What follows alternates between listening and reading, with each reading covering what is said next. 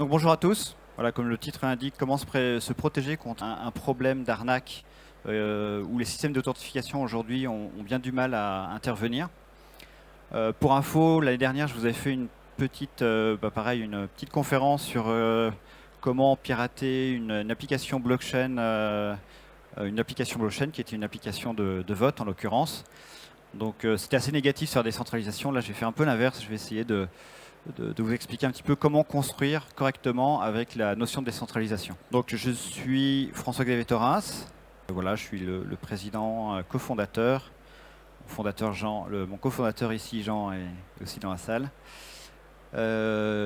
Cofondateur de Voltis, une société éditrice de solutions un peu innovantes dans le monde de la décentralisation. Et vous pourrez nous voir au stand D18 après pour des questions si vous n'avez plus le temps de le faire ici. Peut-être mettre dans l'ambiance un petit peu la problématique aujourd'hui sur les problématiques de sécurité pour votre entreprise. Dans la plupart des attaques aujourd'hui cyber, on a à peu près, les chiffres varient, mais c'est en gros ça, 85% des cas d'attaques réussies, il y a toujours un facteur humain qui a été mis en défaut.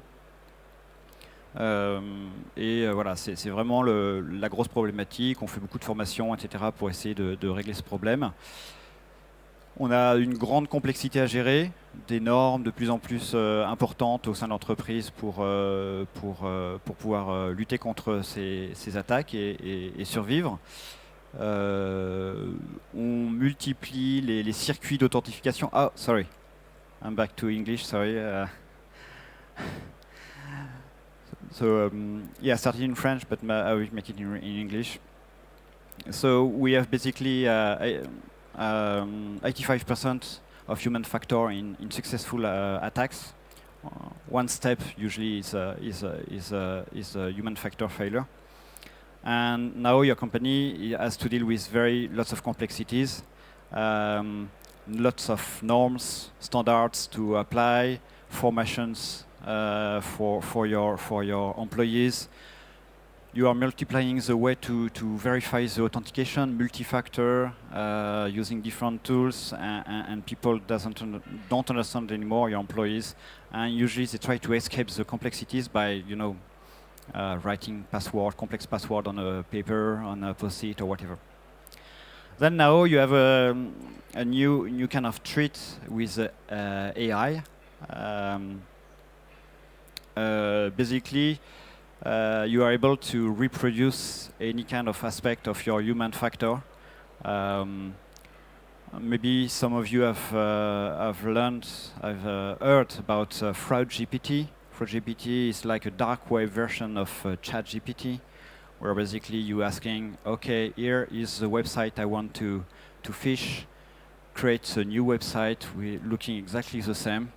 And in a few minutes you have an exact copy of your website, and you just push on some emails or SMS to a list of people to connect to the site, and you phish basically all the authentication.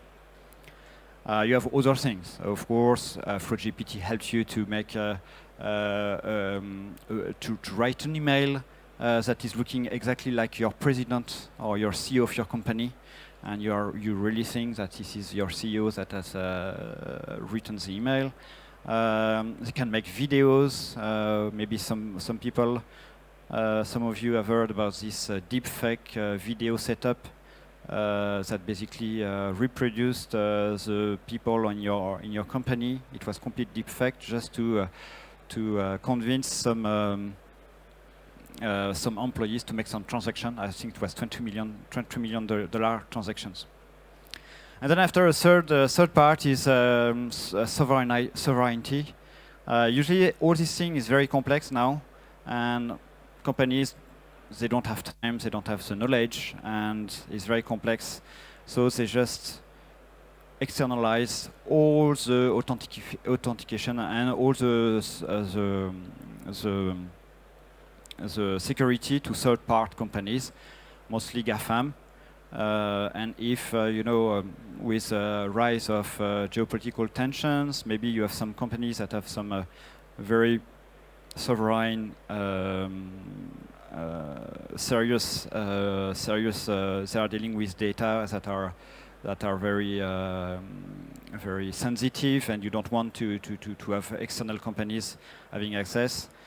So there is lots of things around, and in the middle of this, you have a different way of attacking the systems that are not defended by classical authentication system. So the question is, many people have already heard about this, blockchain, maybe Web3, maybe people here, blockchain, Web3, have you heard? So basically it's like new things from 2010, where basically we are decentralizing the data or the validation or the verification of your data. So how this can help you in your company. Web3 initially I started with Bitcoin and all these tokens, but it's now the token aspect, so the fact that you have to buy something, is not always linked to Web3, and you could have some technological stacks not dealing with blockchain or not dealing with dark web or whatever. I used to like that. I used to explain basically what's the evolution of security model between Web 2 and Web 3. Web 2, when you want to identify in Web 2, you are basically to have a behavior, some kind of behavior that is looking legit. Like, you know, you remember the password. You're maybe typing the right way on your keyboard. You are connecting from some kind of IP that are located in the right country. You are not using VPN or whatever. There are lots of things that is used to help you to be attacked by some pirates, so hacker. So it's like behaviorist or behavior analysis. Where the new system, decentralization, it's really proof. It's really proof in the sense that you are verifying and not like trying to look closely that the URL is looking good.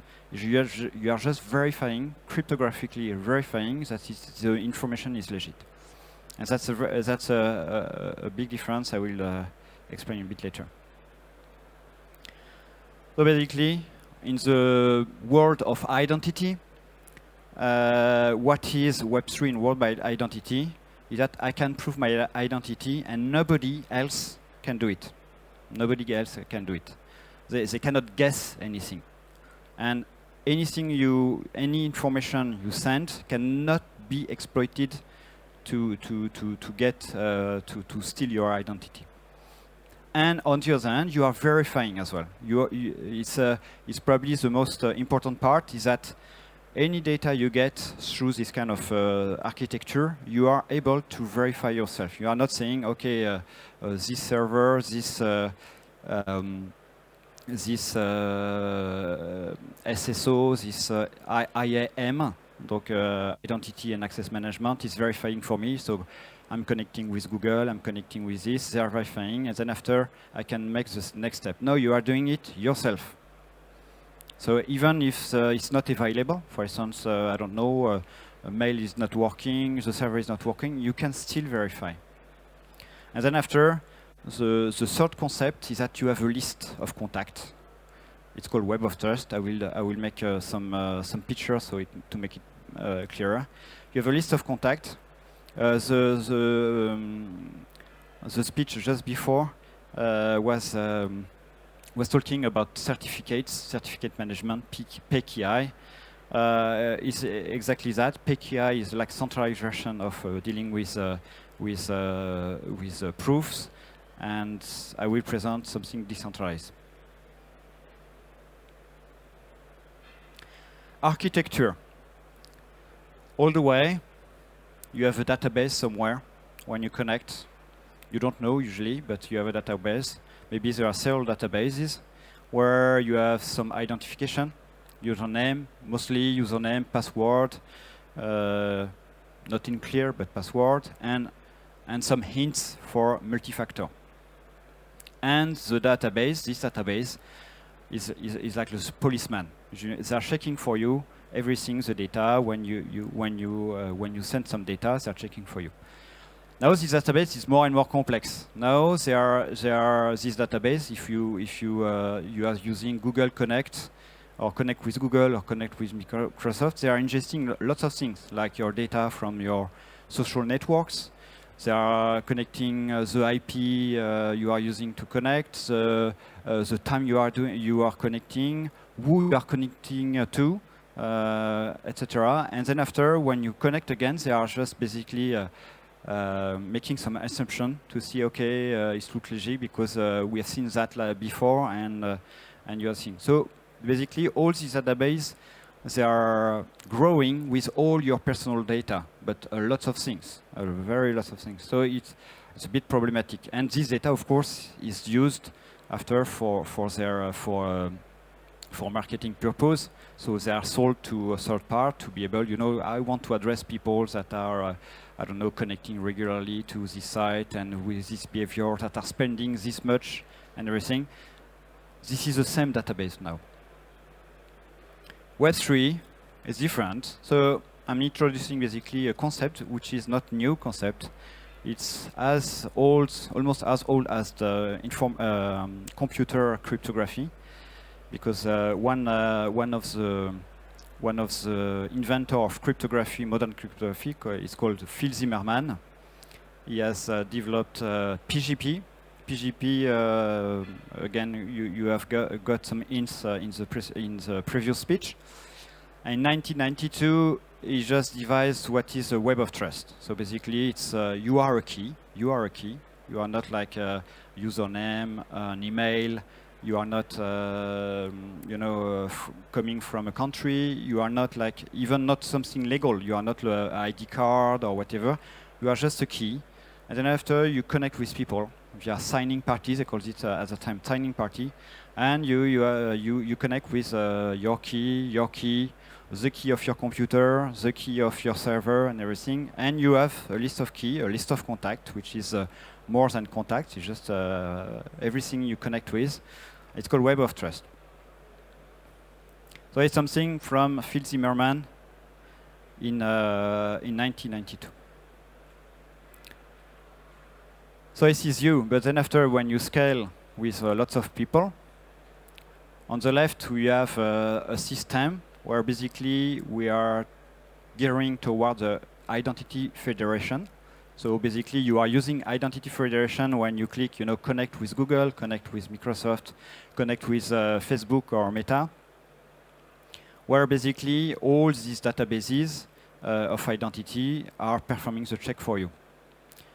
Back to Web of Trust, you have you imagine lots of connections basically, where every node, I have put some, but basically every node is able to check all their connections, all their nodes. So I'm able to check when I connect to my computer, when I receive a message from my friend, when I received an order from my boss to perform an action, when I read a document that has been signed by a few people to validate for some kind of validation.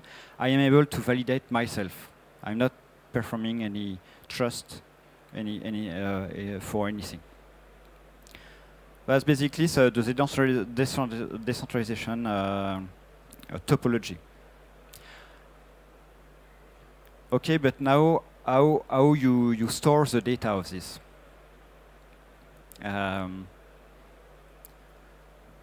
On the Web 2, I told you before, it's basically databases on one side, and you on your side you store some data as well. Your password you're storing somewhere.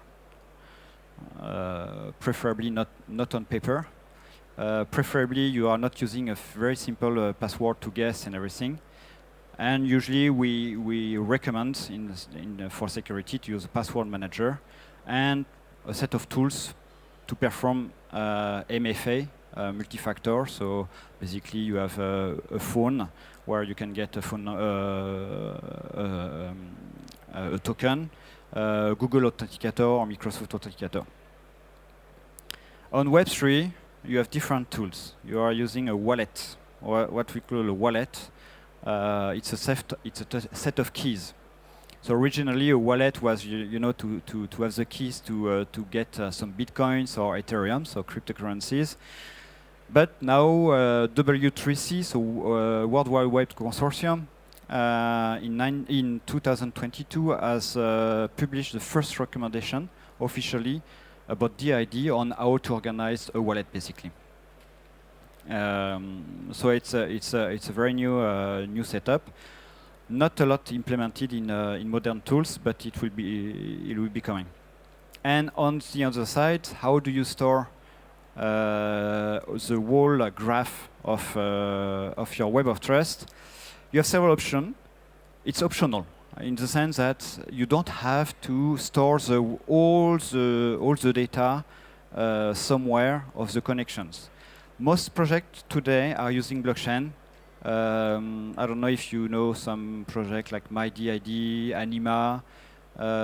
Even, for instance, Microsoft has done a project called ION, I-E-O-N, where they are storing basically the graph of identities and connection on Bitcoin. And so everybody can check back to be sure that it has not been tampered with or whatever. Okay, I will come back. Limitation. Web 2, as I said, there is a behavior analysis, and IA is doing very bad things because now most authentication can be duplicated by IA. So it's a true problem now to fight in the standard Web 2 authentication system against IA. You have the phishing attack, which is not the case on Web 3. Complexity and simplicity. The more you want to be strong against this attack, the more complex is your system. You are adding layer of complexity to be safer. And again, simplicity means basically you are making some trade-off. I make a complex system, but it's very complex, and maybe I have some human factors that are failing. I want to keep it simple, but I give it to somebody else, and this is a problem of sovereignty for some companies. On Web3, it's very nice, but you have also some problems. If you are using a wallet, now it is your identity and you connect, you have the problem of stocking it. You should not lose your wallet. If you lose your wallet, you lose your identity. So that's something that happens in the cryptocurrency, and now we have lots of tools to be able to recover safely your identity. So that's what the cryptocurrencies and blockchain has brought to us in the last 10 years. And more importantly, we come back again later, is that you have to change the way of connecting to systems, and it's by far the most difficult aspect for adoption. And we have seen that for cryptocurrency. If I make a parallel, if you get a wallet in cryptocurrency, a Bitcoin wallet, you don't have bank. If you lose your wallet, you don't call somebody and saying, okay, can you make a new? It's lost. It's lost for everybody. For you, for hacker, it's lost for everybody. Same for identity. You make your wallet, you have your identity. If you lose it, you don't have the sysadmin saying, "Oh, sorry, I missed some access, or I lost my device. Can you?" No, you have to recreate a new one. Come back to your company, come back to the IT guys responsible for access, and say, "Okay, I lost it. This is my new identity now, and we redo it." That's different, but that's strong. It means that not even the IT guy can steal it. He cannot do anything for you, which means that hacker cannot do anything as well. You know, it's that's the point. And then after, if you want, it's optional, but if you want to store it on blockchain, the blockchain is nice stuff, but blockchain, you need incentive to have the security of blockchain. Today, we don't know how to secure a blockchain properly, independently, without creating a token which has a price. That's an incentive to be able to decentralize the blockchain. So if you want to store a blockchain, you need to buy something before starting to use it.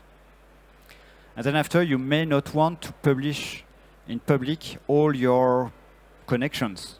Even it's pseudonymous, even you don't have your username or whatever, but you have your connection. You know, this key is connecting to this one.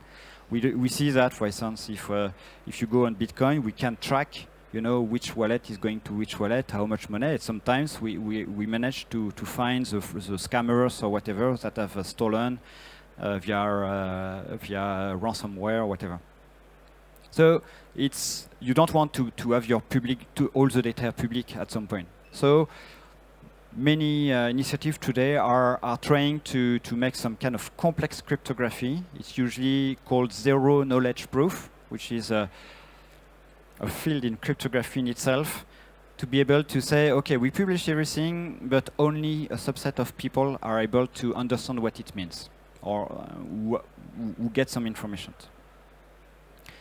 This is still very, very in development, R&D, and not very stable. So right now, it's not really usable in production for companies. Okay, now I have set up. This is a big add-on. I'm checking the time.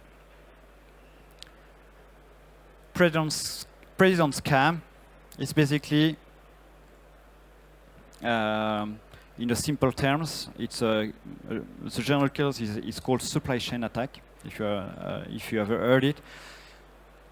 You have a person that have a legit access on the right, on the system. And on the left, you have an unauthenticated person that is sending data to the system through a person that has legitimate access. Typically, president scam. Oh, please. You receive an email with a person saying, a legit email, saying, okay, we have a new bank account. Please update your accounting systems to pay us with this new bank account, which is a fraud. And then after you pay, I don't know, one or two payments, two transactions to a wrong bank account. Nobody has authenticated the data. It's impossible on this system. We're the same for transaction. Please play 10 millions right now. Or more subtle, please find the new address to send the merchandise, and you send to somebody which is not legitimate. We have the general case is called supply chain attack. The most famous is SolarWinds. SolarWinds, you have maybe heard of this hack, where basically hackers have been able to provide a library, because software are made of bricks of of different parts, and most of the parts are not developed by the editor. They are using third part, and one of the hackers has managed to change the third part to be used in SolarWinds systems that has been distributed to their customers, NSA, American agencies, and they have been all infected like that. Supply chain attack. This is basically the same. But this is in the case there is no authentication system. It doesn't exist. Decentralization, you imagine that basically you are able, when you receive an IBAN, you have now the possibility to check you, not somebody else, that the data I get is from somebody legitimate. It's in my web of trust. We have the same thing in supply chain attack. I'm making it fast. Finally, in the decentralization system, you have all your keys in your web of trust. You can have your browser, IoT, provider, smartphone, people, all of these are in your web of trust, so you are able to authenticate with all these people without needing third part. I'm skipping, but in Bitcoin, supply chain attack is one problem and it's taken very seriously. Just this image that now we have lots of Web3 products, but mostly they look like that. You know, we have the wheels, but we are using the old way, and we're putting the wheels, the decentralization, the keys in the old way system because it's a bit difficult to understand that you need a wallet or whatever. So that's a bit problematic right now. Just finished. I have some case, but everything. And then after, just to finish what we do, we are making one small step about this this architecture. We are just taking care about being sure to connect to the right server. So we are using this as a new authentication system. You can have the demonstration of this kind of decentralization on our stand if you want to understand more what it is, but that's basically it, yeah. Thanks. Thank you very much for your conference. Thank you, François-Xavier. We can go for one question or two before you leave the stage. If someone has one, please raise your hand. Otherwise, it's going to take place on your booth, D18. I don't see any question. Thank you very much. Ladies and gentlemen, thank you for your attendance here at the INCYBER Forum and the Hacking Lab. On the next conference, we gonna hear INCYBER ISA France, represented by Diane Rambaldini and Hadi El-Khouri, who's gonna talk to us about running out of IDs for your in-house awareness campaigns. Merci à tous, merci encore François-Xavier.